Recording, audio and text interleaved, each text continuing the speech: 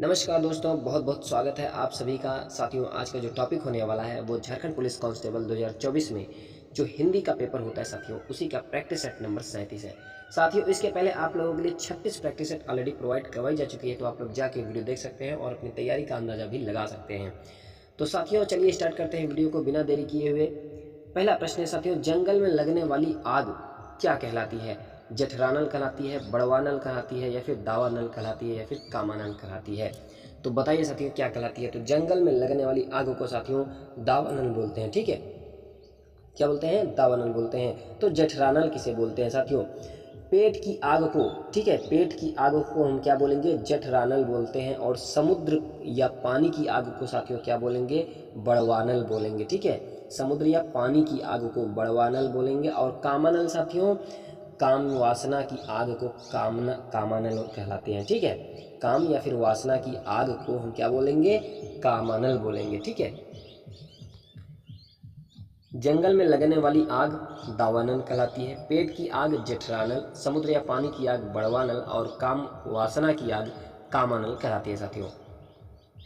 अगला प्रश्न है, मीन का पर्यायवाची शब्द है? सिखी है, शापक है, विभावरी है, मत्स्य है? तो साथियों, मीन का जो पर्यायवाची शब्द होगा वो आपका मत्स्य होगा। ठीक है, मीन का पर्यायवाची शब्द मत्स्य है। हाथी आता है, यह वाक्य बहुवचन में होता है। तो हाथी आता है, इसका बहुवचन क्या होगा? हाथियों आता है, हाथी आते हैं, हाथिये आती हैं, हाथे आते हैं। तो साथियों, हाथी आता है यह वाक्य बहुवचन में कैसा होगा? तो हाथी आते हैं। ठीक है, हाथी जो है आते हैं, यह आपका बहुवचन हो जाएगा। बाकी हाथी आता है, यह आपका एक वचन है। ठीक है, हाथी आता है एक वचन का बहुवचन हाथी आते हैं होगा। अगला प्रश्न है, जहां न पहुंचे रवि वहां पहुंचे कवि, लोकोक्ति का क्या अर्थ है? कवि के लिए कुछ भी अगम्य नहीं, कवि निरंकुश होता है, कवि कल्पनाशील होता है, कवि भाव प्रवण होता है। तो क्या होता है? जहां न पहुंचे रवि वहां पहुंचे कवि। तो साथियों, कवि जो है कल्पनाशील होता है। ठीक है, कवि कल्पनाशील होता है।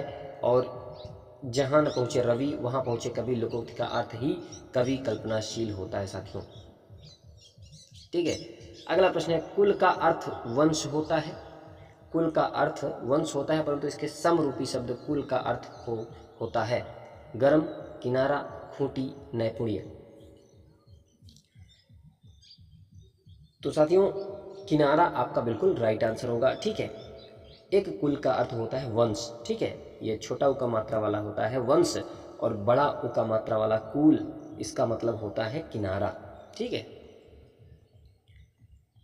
अगला प्रश्न, निम्न में से चांदनी का पर्यायवाची नहीं है?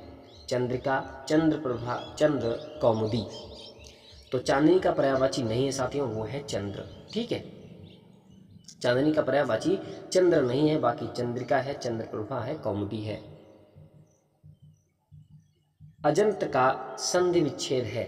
अजंत, अज धन अंत, अच धन अंत, अजह धन अंत और अचंत धन अ। तो साथियों, अजंत का जो संधि विच्छेद होगा वो अच धन अंत होगा। ठीक है, अच धन अंत होगा। च वर्ग के बाद कोई स्वर अथवा व्यंजन आने पर च वर्ग अपने वर्ग के तीसरे वर्ण में बदल जाता है। यह कौन सी संधि का उदाहरण है साथियों? यह है व्यंजन संधि का उदाहरण है। ठीक है, व्यंजन संधि यही कहता है क च ट त प वर्ग में कोई स्वर आ जाए, माने इसके बाद क च ट त प वर्ग के बाद कोई स्वर अथवा व्यंजन आने पर जो है उसी वर्ग का तीसरा वर्ण में परिवर्तन हो जाएगा।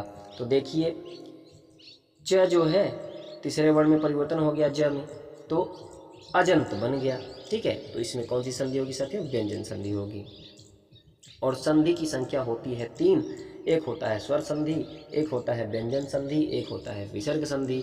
अब स्वर संधि के कितने प्रकार होते हैं साथियों? स्वर संधि के 5 प्रकार होते हैं। ठीक है, अजंत शब्द का संधि विच्छेद अच धन अंत है। च वर्ग के बाद कोई स्वर अथवा व्यंजन आने पर च वर्ग अपने वर्ग के तीसरे वर्ण में बदल जाता है। यह व्यंजन संधि का उदाहरण है। अगला प्रश्न है, नमक मिर्च में समास है?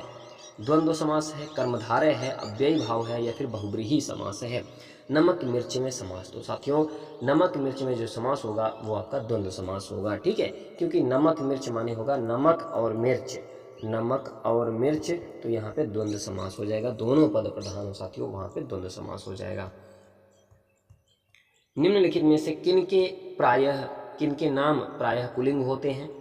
भाषाओं के नाम, नदियों के नाम, दिनों के नाम, तिथियों के नाम। तो किनके नाम प्रायः पुल्लिंग होते हैं? तो साथियों दिनों के नाम जो होते हैं वो प्रायः क्या होते हैं? पुल्लिंग होते हैं, जैसे कि रविवार, सोमवार, मंगलवार आदि। भाषाओं, नदियों तथा तिथियों के नाम भी साथियों प्रायः क्या होते हैं? स्त्रीलिंग होते हैं। याद रखिएगा, भाषाओं के नाम, नदियों के नाम तथा तिथियों के नाम स्त्रीलिंग होते हैं। भाषाओं के नाम हो गया, तिथियों के नाम हो गया और नदियों के नाम हो गया, ये किस में आएंगे? स्त्रीलिंग में आएंगे। और बाकी आपका दिनों के नाम जो हो गया वो पुल्लिंग होते हैं। ठीक है, दिनों के नाम पुल्लिंग होते हैं, जैसे रविवार, सोमवार, मंगलवार आदि। भाषाओं, नदियों तथा तिथियों के नाम प्रायः क्या होते हैं? स्त्रीलिंग होते हैं। अगला प्रश्न है, निम्नलिखित में से तद्भव शब्द है? उलूक, कूप, ओझा, पुस्तक। तद्भव शब्द है तो साथियों ओझा जो है वो आपका तद्भव शब्द है। ओझा जो है तद्भव शब्द है। यह उपाध्याय तत्सम शब्द से बना है। कौन? उपाध्याय। उपाध्याय तत्सम शब्द से बना है ओझा। और उलूक, कूप और पुस्तक ये क्या है साथियों? ये आपका तत्सम शब्द है। ठीक है, ओझा तद्भव शब्द है, यह उपाध्याय तत्सम शब्द से बना है। निम्न में से सही वर्तनी का चयन कीजिए। मिठाई, मिठाई, मिठाई, मिठाई। बताइए, सही वर्तनी का चयन करना है। मिठाई कैसे लिखा जाएगा? तो साथियों मिठाई जो है वो आपका इस तरीके से लिखा जाएगा। तो बी आपका बिल्कुल राइट आंसर होगा। ठीक है, अगला प्रश्न है, कृष्ण ने कंस को मारा। इस वाक्य में कारक क्रमशः हैं। कृष्ण ने कंस को मारा, कर्म या करण है, करण या संप्रदान है, कर्ता या कर्म है, संबंध या कर्ता है। तो साथियों कर्ता ने करण को, तो कर्ता ने करण को कर्म। ठीक है, कृष्ण ने कंस को मारा, तो यहाँ पे कर्ता और कर्म कारक हो जाएगा। ठीक है, कर्ता ने कर्म को, तो कर्ता और कर्म आपका बिल्कुल राइट आंसर हो जाएगा। ठीक है, कारक की संख्या साथियों 8 होती है और इनके परसर्ग याद रखेंगे तो आपको आसानी से पता चल जाएगा। कृष्ण ने कंस को मारा, इस वाक्य में क्रमशः कर्ता कर्म कारक है। साथियों अब दिए गए गद्यांश के आधार पर निम्नलिखित प्रश्नों के उत्तर देना है। तो गद्यांश को ध्यानपूर्वक पढ़िएगा, उसके बाद आपको पूछे गए प्रश्नों के उत्तर देने होंगे। तो ध्यानपूर्वक पढ़िएगा गद्यांश को। तो चलिए पढ़ते हैं गद्यांश को। हमारी हिंदी सजीव भाषा है, इसी कारण यह पहले अरबी, फारसी आदि के संपर्क में आकर उनके व बाद में अंग्रेजी के भी शब्द ग्रहण करती जा रही है। इसे दोष नहीं गुण की समझना चाहिए। ठीक है, इसे दोष नहीं गुण ही समझना चाहिए, क्योंकि अपनी इस ग्रहण शक्ति से ही हिंदी में नए शब्दों का आगमन हुआ है और होता जाएगा। क्या भाषा की विशुद्धता के किसी भी पक्षपाती में यह शक्ति है कि वह विभिन्न भाषाओं की सम्मिश्रण क्रिया में रुकावट पैदा कर दे? यह कभी संभव नहीं है। उपयुक्त प्रतिक्रियाएं स्वाभाविक हैं। हमें तो केवल इस बात का ध्यान रखना चाहिए कि इस सम्मिश्रण के कारण हमारी भाषा अपने स्वरूप को तो नष्ट नहीं कर रही है, कहीं भाषाओं के बेमेल शब्दों के मिश्रण से अपना रूप तो विकृत नहीं कर रही है। अभिप्राय यह है कि दूसरी भाषा के शब्द, मुहावरे आदि ग्रहण करने पर भी हिंदी ही बनी रही है या नहीं, बिगड़कर कहीं वह कुछ और तो नहीं होती जा रही है। ठीक है, तो ये था साथियों आपका गद्यांश। आशा करते हैं आप लोग गद्यांश को ध्यानपूर्वक पढ़े होंगे। अब आप पूछे गए प्रश्नों का उत्तर दीजिए। साथियों आप लोग एक बार पीडीएफ को डाउनलोड कर लीजिएगा। टेलीग्राम चैनल पे आपको पीडीएफ प्रोवाइड हो जाएगा, तो वहाँ से आप लोग डाउनलोड करिएगा, एक बार बढ़िया से पढ़िएगा, फिर आप लोग आंसर देने की कोशिश करिएगा वीडियो को देख के। ठीक है, तो चलिए प्रश्न की ओर बढ़ते हैं। प्रश्न ये है साथियों, इस गद्यांश का सर्वाधिक उपयुक्त शीर्षक क्या हो सकता है? भाषा की सजीवता, हिंदी भाषा, हिंदी सजीव भाषा, भाषा सम्मिश्रण। तो इस गद्यांश का सर्वाधिक उपयुक्त शीर्षक क्या हो सकता है साथियों? तो हिंदी जो है सजीव भाषा, यह आपका शीर्षक हो सकता है। ठीक है, अगला प्रश्न है, हिंदी में नए शब्दों को अपनाते समय किस बात को ध्यान में रखना चाहिए? हमारी भाषा इस सम्मिश्रण से अपना स्वरूप तो नष्ट नहीं कर सकती। अन्य भाषाओं के बेमेल शब्दों से हमारी भाषा का रूप तो विकृत नहीं हो रहा। दूसरी भाषाओं के शब्दों, मुहावरों आदि को ग्रहण से हिंदी बिगड़कर कहीं कुछ और तो नहीं होती जा रही। या उपयुक्त अगला ऑप्शन माने डी ऑप्शन लीजिएगा, उपयुक्त सभी। तो साथियों उपयुक्त सभी आपका सही होगा। ठीक है, हमारी भाषा इस सम्मिश्रण से अपना स्वरूप तो नष्ट नहीं कर रही। अन्य भाषाओं के बेमेल शब्दों से हमारी भाषा का रूप तो विकृत नहीं हो रहा। माने ए, बी और सी तीनों सही हैं। अगला प्रश्न है, हिंदी में नए शब्दों का आगमन क्यों उचित है? सीमित शब्दकोश के कारण, प्राचीन भाषा होने के कारण, हिंदी का प्रचार बढ़ने के कारण, देवनागरी लिपि के कारण। तो हिंदी में नए शब्दों का आगमन क्यों उचित है? तो साथियों हिंदी का प्रचार बढ़ने के कारण शब्दों का आगमन उचित है। ठीक है। अगला प्रश्न है, निम्नलिखित में से कौन सा कथन सही है? हिंदी में अरबी फारसी के शब्द हैं, हिंदी में अंग्रेजी के शब्द हैं, हिंदी में और भी अनेक देशी विदेशी भाषाओं के शब्द हैं, उपर्युक्त सभी। तो साथियों उपर्युक्त सभी हैं। ठीक है, हिंदी में अरबी फारसी के शब्द हैं, बिल्कुल सही है। हिंदी में अंग्रेजी के शब्द हैं, सही है। हिंदी में और भी अनेक देशी विदेशी भाषाओं के शब्द हैं। ठीक है, तो बिल्कुल सही है। अगला प्रश्न है, राज्य पुनर्गठन आयोग की स्थापना कब की गई? 1951 में, 1953 में, 1956 में, 1957 में। तो साथियों राज्य पुनर्गठन आयोग की स्थापना 1953 में की गई। ठीक है, केंद्र सरकार द्वारा 22 दिसंबर 1953, ठीक है, 22 दिसंबर 1953 को राज्य पुनर्गठन आयोग की स्थापना की घोषणा की गई थी। केंद्र सरकार द्वारा 22 दिसंबर 1953 को राज्य पुनर्गठन आयोग की स्थापना की घोषणा की गई थी। अगला प्रश्न है, हिंदी में स्वर स्वतंत्र रूप से बोले जाने वाले अक्षर क्या कहलाते हैं? स्वर, संयुक्त अक्षर, स्वतंत्र ध्वनि, व्यंजन। तो हिंदी में स्वतंत्र रूप से बोले जाने वाले अक्षर क्या कहलाए जाते हैं साथियों? तो जो स्वतंत्र रूप से बोले जाते हैं वो स्वर कहलाते हैं। इनको बोलने के लिए किसी दूसरे व्यंजन या स्वर की सहायता नहीं पड़ती है, नहीं लेनी पड़ती है सहायता। तो ये क्या होते हैं? स्वर होते हैं साथियों। जिन वर्णों का उच्चारण बिना किसी विघ्न बाधा के होता है तथा उनके उच्चारण में किसी वर्ण की सहायता नहीं ली जाती साथियों, उसे ही हम क्या बोलते हैं? स्वर बोलते हैं। ठीक है, और ये सभी स्वतंत्र होते हैं। जिन वर्णों का उच्चारण बिना किसी विघ्न बाधा के होता है तथा उनके उच्चारण में किसी वर्ण की सहायता नहीं ली जाती, स्वर कहलाते हैं। ये सभी स्वतंत्र होते हैं।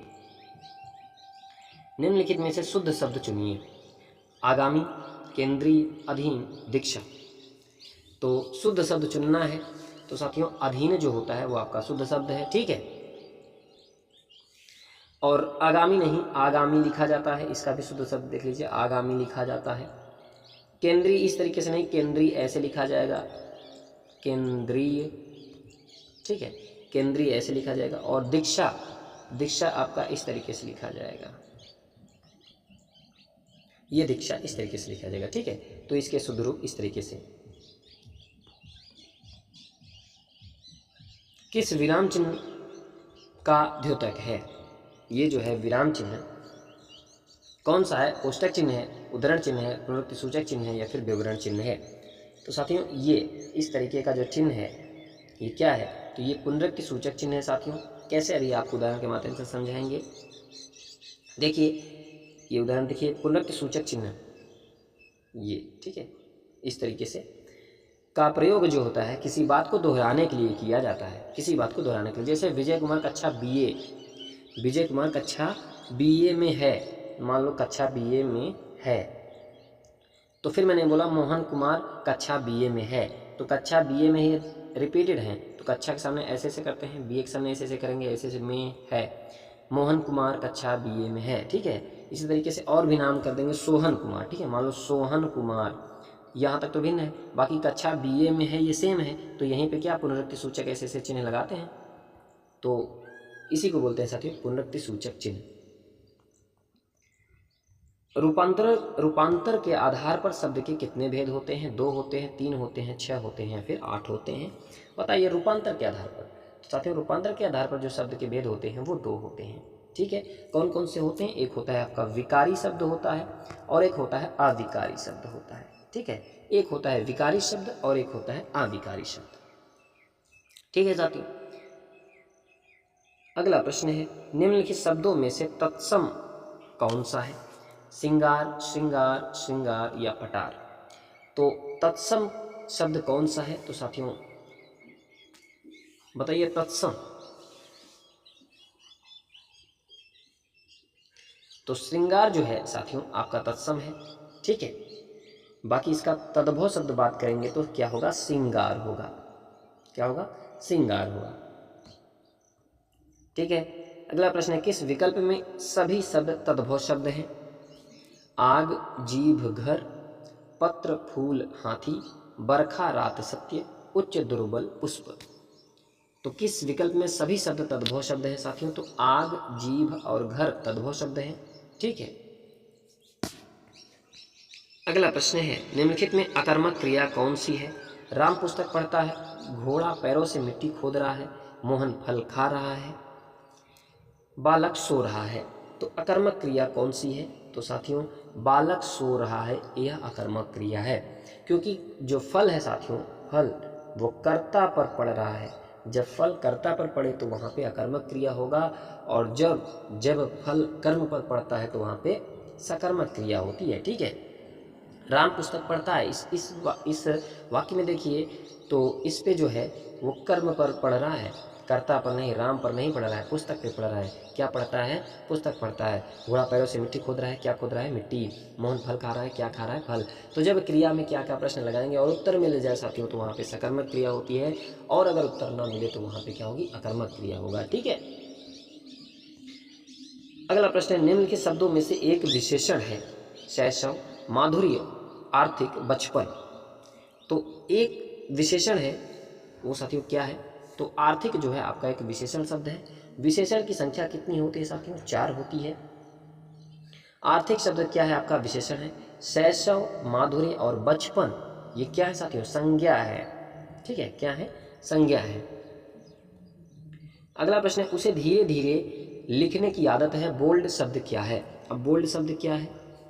क्रिया विशेषण है, क्रिया है, सर्वनाम है या फिर संज्ञा है? तो उसे धीरे धीरे लिखने की आदत है, तो बोल्ड शब्द धीरे धीरे पे कर लीजिए। लिखने की आदत है, क्या है? तो उसे धीरे धीरे शब्द साथियों वो क्या है? क्रिया विशेषण है। ठीक है, अगला प्रश्न है निम्नलिखित शब्दों में से एक स्त्रीलिंग शब्द है? डोर, रस्सा, धागा, सूत। एक स्त्रीलिंग शब्द है तो कौन सा है साथियों? तो डोर जो है वो आपका स्त्रीलिंग शब्द है। ठीक है, अन्य आपके पुल्लिंग है, रस्सा हुआ, धागा हुआ, सूत हुआ, ये क्या है? पुल्लिंग है। अगला प्रश्न है गांव का बहुवचन क्या होगा? गांव का बहुवचन क्या होगा? गांव होगा, ग्राम होगा, ग्राम सभा, ग्राम पंचायत। तो गांव का जो बहुवचन साथियों होगा वो गांव होता है। क्या? गांवों में, अधिकतर गांवों में ऐसा होता है, तो गांव का बहुवचन गांवों होगा। अगला प्रश्न है आलोचना नामक प्रसिद्ध समीक्षा पत्रिका के संपादक कौन थे? डॉक्टर नामवर सिंह थे, डॉक्टर नगेंद्र थे, डॉक्टर रामविलास शर्मा थे, आचार्य नंद दुलारे वाजपेयी थे। तो आलोचना नामक प्रसिद्ध समीक्षा पत्रिका के संपादक कौन थे? तो साथियों डॉक्टर नामवर सिंह। ठीक है, डॉक्टर नामवर सिंह आलोचना नामक त्रैमासिक समीक्षा पत्रिका के प्रधान संपादक थे। ठीक है, और इन्होंने जनयुग साप्ताहिक पत्रिका का भी संपादन कार्य किया। ठीक है, डॉक्टर नामवर सिंह आलोचना नामक त्रैमासिक समीक्षा पत्रिका के प्रधान संपादक थे। इन्होंने जनयुग साप्ताहिक पत्रिका का भी संपादन कार्य किया। अगला प्रश्न है निम्नांकित में से किस पत्रिका के संपादक भरतेंदु हरिश्चंद्र थे? सरस्वती, कवि वचन सुधा, नागरी प्रचारिणी पत्रिका, सुकवि। तो किस पत्रिका के संपादक भरतेंदु हरिश्चंद्र साथियों? तो कवि वचन सुधा। ठीक है, कवि वचन सुधा पत्रिका के संपादक कौन थे? भरतेंदु हरिश्चंद्र जी थे। अगला प्रश्न है हिंदी समालोचना के सूत्रपात के लिए भरतेंदु युग की कौन सी पत्रिका उल्लेखनीय है? कवि वचन सुधा, हरिश्चंद्र पत्रिका, ब्राह्मण, आनंद कादम्बिनी। तो साथियों आनंद कादम्बिनी जो है वो आपका बिल्कुल राइट आंसर होगा। भारतेंदु युग में आधुनिक आलोचना का रूप यदि कहीं बीज रूप में सुरक्षित है तो वह पत्र पत्रिकाओं में प्रकाशित पुस्तक समीक्षाओं में ही है। इस क्रम में सबसे पहला उल्लेखनीय नाम बद्री नारायण चौधरी प्रेमघन का है। उन्होंने श्रीनिवास दास कृत संयोगिता स्वयंवर और गदाधर सिंह कृत बंग विजेता के अनुवादों की विस्तृत आलोचना आनंद कादम्बिनी में ही की थी। ठीक है, अगला प्रश्न है, आनंद कादम्बिनी का संपादक कौन था? बालकृष्ण भट्ट, भरतेंदु हरिश्चंद्र, बद्री नारायण चौधरी प्रेमघन, प्रताप नारायण मिश्र। तो साथियों अभी आपको हमने बताया कि आनंद कादम्बिनी का संपादक कौन था? बद्री नारायण चौधरी प्रेमघन थे। ठीक है, बद्री नारायण चौधरी जिन्हें हम प्रेमघन भी कहते हैं, उनका जन्म की बात करें तो 1855 ईस्वी में मिर्जापुर के एक संपन्न ब्राह्मण कुल में हुआ था। इन्होंने साप्ताहिक पत्रिका नागरी नीरद तथा मासिक पत्रिका आनंद कादम्बिनी का संपादन किया। आनंद कादम्बिनी का प्रकाशन 1881 में मिर्जापुर में हुआ। ठीक है, अगला प्रश्न है, पराधीन जो जन नहीं स्वर्ग नरक ता हेतु। पराधीन जो जन नहीं स्वर्ग नरक ता हेतु, पराधीन जो जन नहीं स्वर्ग नरक ता हेतु। उपरोक्त पंक्तियों में अलंकार है, अनुप्रास है, यमक है, श्लेष है, उपमा है। तो साथियों क्या है, यहाँ पे अनुप्रास अलंकार है। ठीक है, तो यहाँ पे अनुप्रास अलंकार होगा। अब प्रस्तुत पंक्तियों में साथियों, प्रस्तुत पंक्तियों में लाटानुप्रास अलंकार है। प्रस्तुत पंक्ति में वाक्य दोबारा आ रहा है जिसका सामान्य अर्थ तो एक ही है, किंतु अन्वय करने से पूरी उक्ति का अर्थ बदल जा रहा है। प्रस्तुत पंक्ति के पूर्वार्ध का अर्थ है कि जो मनुष्य पराधीन है उसके लिए स्वर्ग नरक है, और उत्तरार्ध का अर्थ है कि जो मनुष्य पराधीन नहीं उसके लिए नरक भी स्वर्ग है। ठीक है, तो साथियों यहाँ पे कौन सा अनुप्रास होगा? लाटानुप्रास अलंकार होगा। ठीक है, बढ़ते हैं अगले प्रश्न की ओर। जिहि सुमिरत सिद्धि होय, गणनायक करिवर वदन, करहु अनुग्रह सोई, बुद्धि राशि शुभ गुण सदन। उपरोक्त पंक्तियों में छंद बताना है, दोहा है, सोरठा है, बरवे है या फिर रोला है। कौन सा छंद है? तो साथियों यहाँ पे सोरठा छंद है। ठीक है, अब सोरठा छंद है। सोरठा छंद के विषम चरणों में कितनी मात्राएं होती हैं? विषम चरणों में 11 मात्राएं होती हैं, और सम चरण की बात करें तो उसमें 13 मात्राएं होती हैं साथियों। तो तुक प्रथम और तृतीय चरणों में होती है तुक। ठीक है, प्रथम और तृतीय चरणों में होती है ये तुक, प्रथम और तृतीय चरणों में होती है। तो वहां पे क्या होता है? सोरठा होता है साथियों। ठीक है, तो सोरठा क्या होता है? जिसके विषम चरणों में 11 मात्राएं, माने पहले और तीसरे चरण में 11 मात्राएं, और दूसरे और चौथे चरण में 13 मात्राएं होती हैं, वहां पे सोरठा होता है।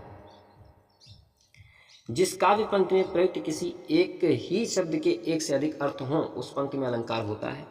रूपक होता है, अनुप्रास होता है, यमक होता है या फिर श्लेष होता है साथियों, बताइए।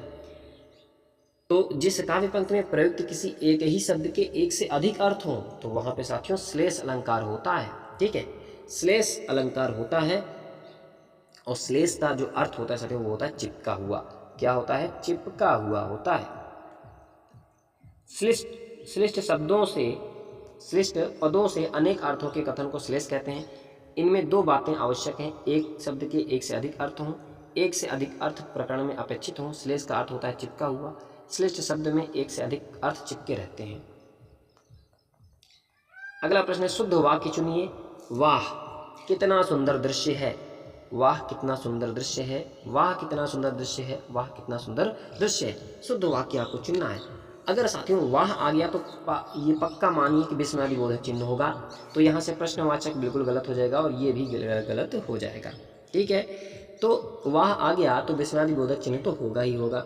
अब 2 ऑप्शन में कौन सा सही होगा? वाह कितना सुंदर दृश्य है, तो बताइए कौन सा ऑप्शन आपका बिल्कुल सही होगा? वाह कितना सुंदर दृश्य है।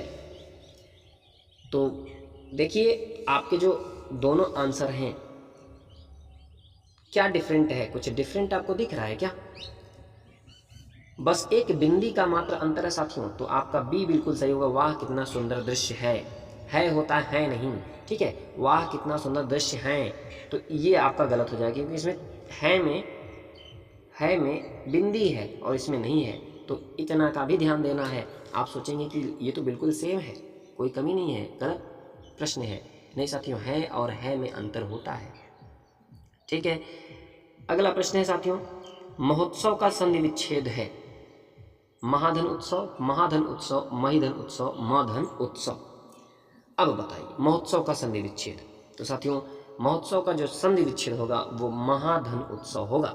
ठीक है, महाधन उत्सव माने महोत्सव हो जाएगा। और इसमें कौन सी संधि है साथियों? इसमें स्वर संधि है। और स्वर संधि का कौन सा प्रकार है साथियों? जो ये महाधन उत्सव है इसमें स्वर संधि का एक प्रकार है गुण संधि। ठीक है, गुण स्वर संधि, क्योंकि स्वर संधि 5 प्रकार की होती है, उसी 5 प्रकार में एक प्रकार है गुण स्वर संधि। तो महाधन उत्सव क्या हो जाएगा? गुण स्वर संधि हो जाएगा।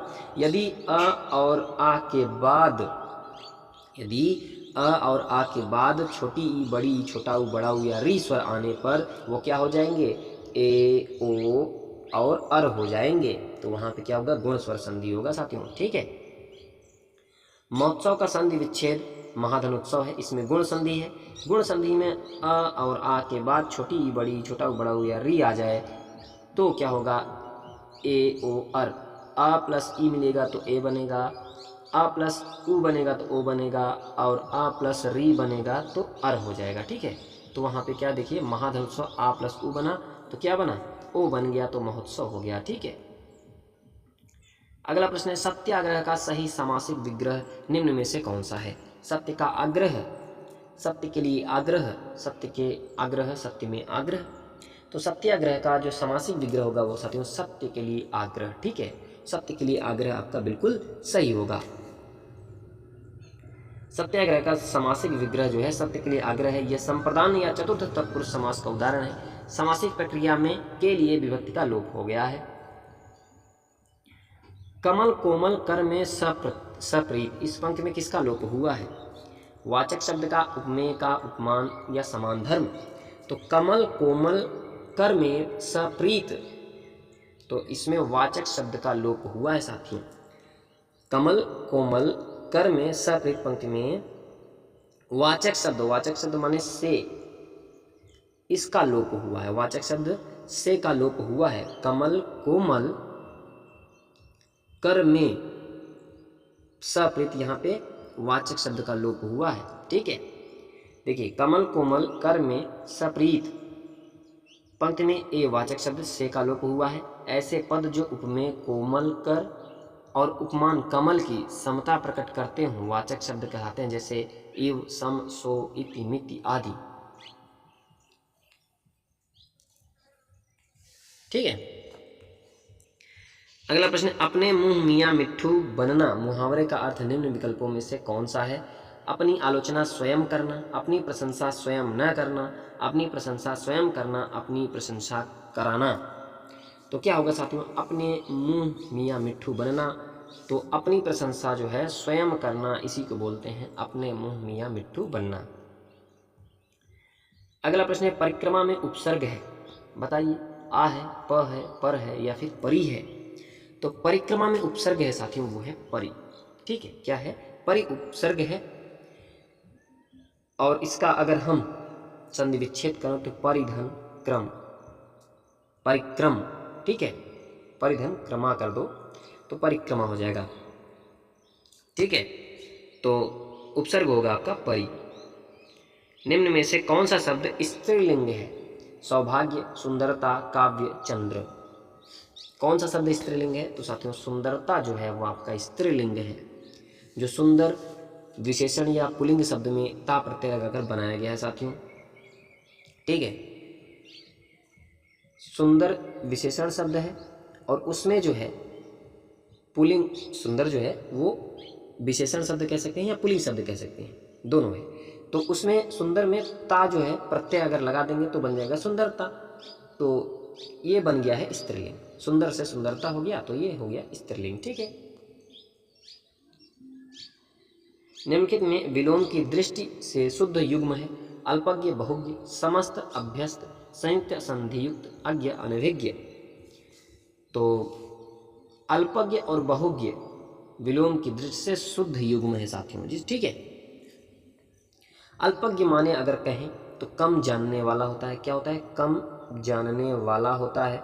और बहुज्ञ माने होता है बहुत जानने वाला। ठीक है, तो ये विलोम की दृष्टि से सही युग्म है।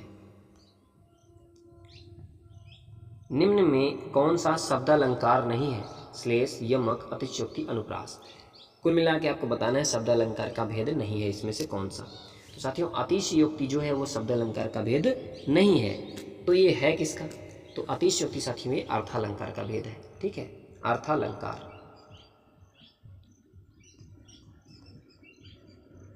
जो पहले कभी न हुआ हो के लिए एक शब्द निम्न में से कौन सा है?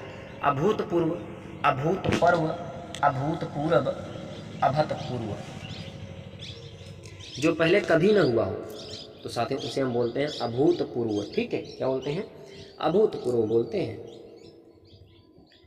पांव का तत्सम रूप क्या है? पाद है, पादु है, पैर है या फिर पद है? तो पांव का जो तत्सम रूप होगा साथियों वो पाद होगा। ठीक है। किस शब्द में, किस छंद में 28 मात्राएं होती हैं और यति 16-12 मात्राओं पर होती है? हरगीतिका में, उल्लाला में, सोरठा में, रोला में। तो किस छंद में 28 मात्राएं होती हैं साथियों? तो हरगीतिका में जो होते हैं वो 28 मात्राएं होती हैं और जो यति होती है वो 16 और 12 पर होती है। 16 और 12 पे यति होती है। यति माने ये कामा। ठीक है, 16 और 12 पे होती है और साथियों ये एक सममात्रिक छंद है। सममात्रिक छंद है हरगीतिका। और सोरठा आप लोगों ने अभी इसके पहले पढ़ा। तो पहले और तीसरे में 11-11 मात्राएं, दूसरे और चौथे में 13-13 मात्राएं होती हैं। अगला प्रश्न है, कौन सी रचना तुलसीदास जी की नहीं है? दोहावली, गीतावली, रामचरितमानस, यामा। तो साथियों यामा जो है वो तुलसीदास जी की नहीं है। तो है किसकी? तो यामा जो है वो किसकी है साथियों? ये है महादेवी वर्मा जी की है। महादेवी वर्मा। ठीक है, इनकी कृति है यामा।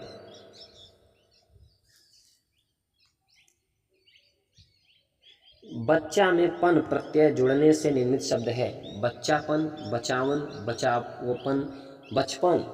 तो साथियों अगर बच्चा में पन प्रत्यय जोड़ दिया जाएगा तो क्या हो जाएगा? तो जो बनेगा प्रत्यय वो हो जाएगा बचपन। ठीक है, बच्चा में पन प्रत्यय जोड़ने से बचपन शब्द निर्मित होगा साथियों। ठीक है, निम्न में कौन सा शब्द देशज है? आग, बच्चा, खिड़की, फूल। तो कौन सा शब्द देशज है साथियों? तो खिड़की जो है, खिड़की वो आपका देशज है क्योंकि इसकी व्युत्पत्ति ज्ञात नहीं है। जबकि अन्य शब्द आग हुआ, आग अग्नि होगा, से अग्नि से बना है। बच्चा वत्स से तथा फूल पुष्प तद्भव से बना है। ठीक है, तो खिड़की जो है आपका देशज है। तो साथियों ये थे आपके टोटल 50 प्रश्न। कैसी लगी वीडियो आप लोग जरूर बताइएगा। और साथियों आप लोग इसी तरीके से अभी तक 37 प्रैक्टिस सेट हो चुके हैं। पूरा प्रैक्टिस सेट देखेंगे तो आशा करते हैं आपको 150 नंबर 100% आप ला लेंगे। 150 नंबर लाने में आपकी कोई कमी नहीं रहेगी। ऐसा कोई टॉपिक बचा नहीं है जिस टॉपिक से प्रश्न न उठाया हो हमने। तो लगभग सारे टॉपिक से हमने प्रश्न उठाया हुआ है। तो ये पेपर 2 की पूरी तैयारी हो जाएगी आपकी। और किसी किसी प्रैक्टिस सेट में तो हमने कृतिका भाग 2 और क्षितिज भाग 2 के प्रश्न भी डाले हैं। ठीक है, और किसी में नहीं डाले हैं। तो आप लोग उसी तरीके से अपनी तैयारी का अंदाज़ा भी लगा सकते हैं। और हम स्पेशल अब आप लोगों के लिए कृतिका भाग 2 और क्षितिज भाग 2 के लिए एक अलग सी प्रैक्टिस सेट लेके आएंगे जिसमें सिर्फ कृतिका भाग 2 और क्षितिज भाग 2 के ही प्रश्न होंगे। उसमें आपसे प्रश्न पूछेंगे, आप प्रश्न को बताएंगे और उस प्रश्न से आप ये भी बताएंगे कि ये कौन से चैप्टर का प्रश्न है, इस चैप्टर के लेखक लेखिका या कवि कौन है। ठीक है, तो इन सब जानकारियाँ प्रैक्टिस सेट के माध्यम से आपको प्रोवाइड करवाएंगे। तो हो सकता है अगली वीडियो कृतिका भाग 2 और क्षितिज भाग 2 से ही हो। तो साथियों कमेंट करके आप लोग बताइएगा कैसी लगी वीडियो। अगर वीडियो पसंद आए तो आप लोग एक लाइक और चैनल को सब्सक्राइब जरूर करेगा और अपने दोस्तों तक शेयर जरूर करेगा। पीडीएफ साथियों आप लोगों को टेलीग्राम चैनल पे मिल जाएगा, लिंक मैं डिस्क्रिप्शन में डाल दूंगा। वहाँ से आप लोग लिंक ज्वाइन करके पीडीएफ डाउनलोड कर लीजिएगा। और डेली करंट अफेयर के लिए आप लोग व्हाट्सएप चैनल से जुड़ जाइएगा, वहाँ आपको डेली करंट अफेयर मिलेगा। ठीक है।